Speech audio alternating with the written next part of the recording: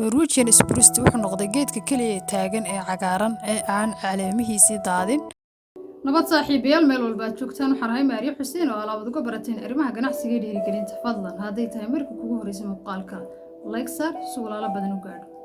waxaad igala socon kartaan qaybaha YouTube, Instagram iyo Facebook mar kale muuqaalka like sar si saaxiibo badan u gaadho ku soo dhow muuqaal kale xiiso leh waxaan ka mid ahay shirkad caalami ah oo la yiraahdo Oblast Global waa shirkad ka caawinaysa kuu sahlaysa kuna fududeynaysa inaad ka ganacsato in ka badan 200 oo wadan adiga gurigaaga iyo goobtaada shaqo jooga technology waxyaabo badan ay u fududeeyay sida inaad wax baran karto ganacsan karto dhaqaale dhaxalgalan ka sameyn karto in ka badan 200 oo wadan Oblast Global waxay soo bandhigtaa waxyaabo aad u muhiim ah oo ay ka mid tahay healthy beauty iyo fashion si gaar ah muuqaalkan wuxuu sharaxayaa qayb aad u muhiim ah oo aan ugu magac darnay Safe Home Revolution waxaa laga wadaa badbaadinta daryeelka korkaaga iyo badbaadinta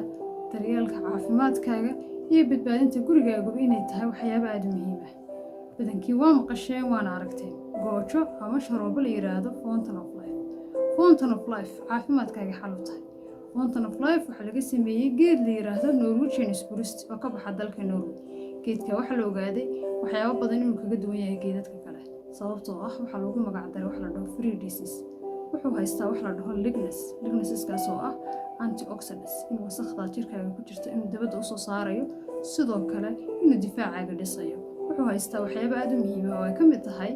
antioxidants in wasakhdaada jirka ku jirta inuu dibadda u soo saarayo sidoo kale anti-inflammatory inuu caabuqa ama bararka jirka ku jira inuu banaanka u soo saarayo sidoo kalena antibacterial inuu ka hortagayo bakteeriyooyinka jirkeena ku jirta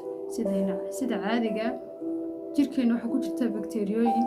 laba ah mid fiican iyo mid xun ta xunna inuu saarayo ta fiicanna inuu ku deynayo kana hortagayo dhammaan bakteeriyooyinka jirkeena ku jirta saddexdaa waxyaabood hadduu jirkaagu helo waxa yaraanaysa fursadii uu caabuq ama xanuun uu jirkaaga ku geli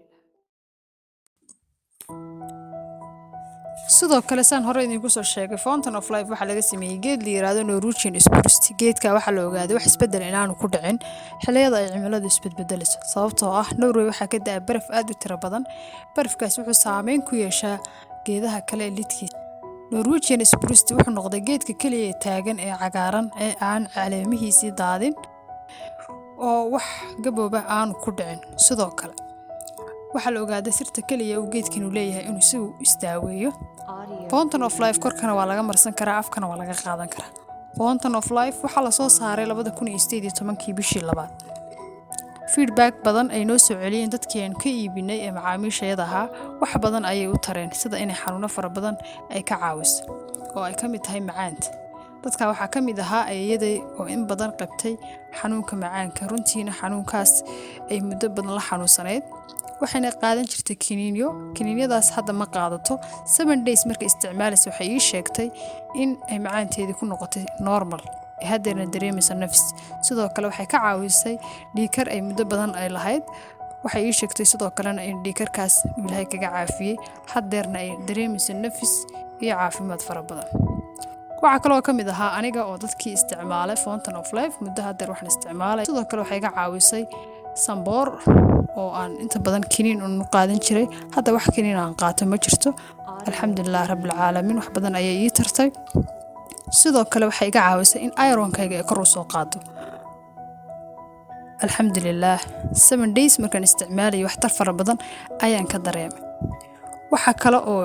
ay leedahay Fountain of Life faa'iidooyin fara badan ama xanuuno fara badan ayay xal u tahay waxa ka mid ah inay difaacaaga dhisayso sidoo kale waxa ka mid ah inay ka hortagayso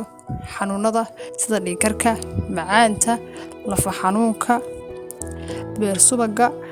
sidoo kalena ay saxayso hormooniska xilliyada ay dumarku ay ku jiraan caadada oo kale inay saxayso sidoo kale inay bakteeriyada ka hortagayso sidoo kalena inay gaaska xal u tahay sidoo kalena inay kansarka xidmaha ku dhaca ay ka hortagayso sidoo kale waxyaabaha muhiimka ay leedahay inay timaha ku soo saarayso rag iyo dumarba san sheegay Fountain of Life korkana waa laga qaadan karaa afkana waa ka qaadan kartaa sidoo kale waxa ka mid ah waxyaabaha ka caawin doonto ilowshaha inay u fiican tahay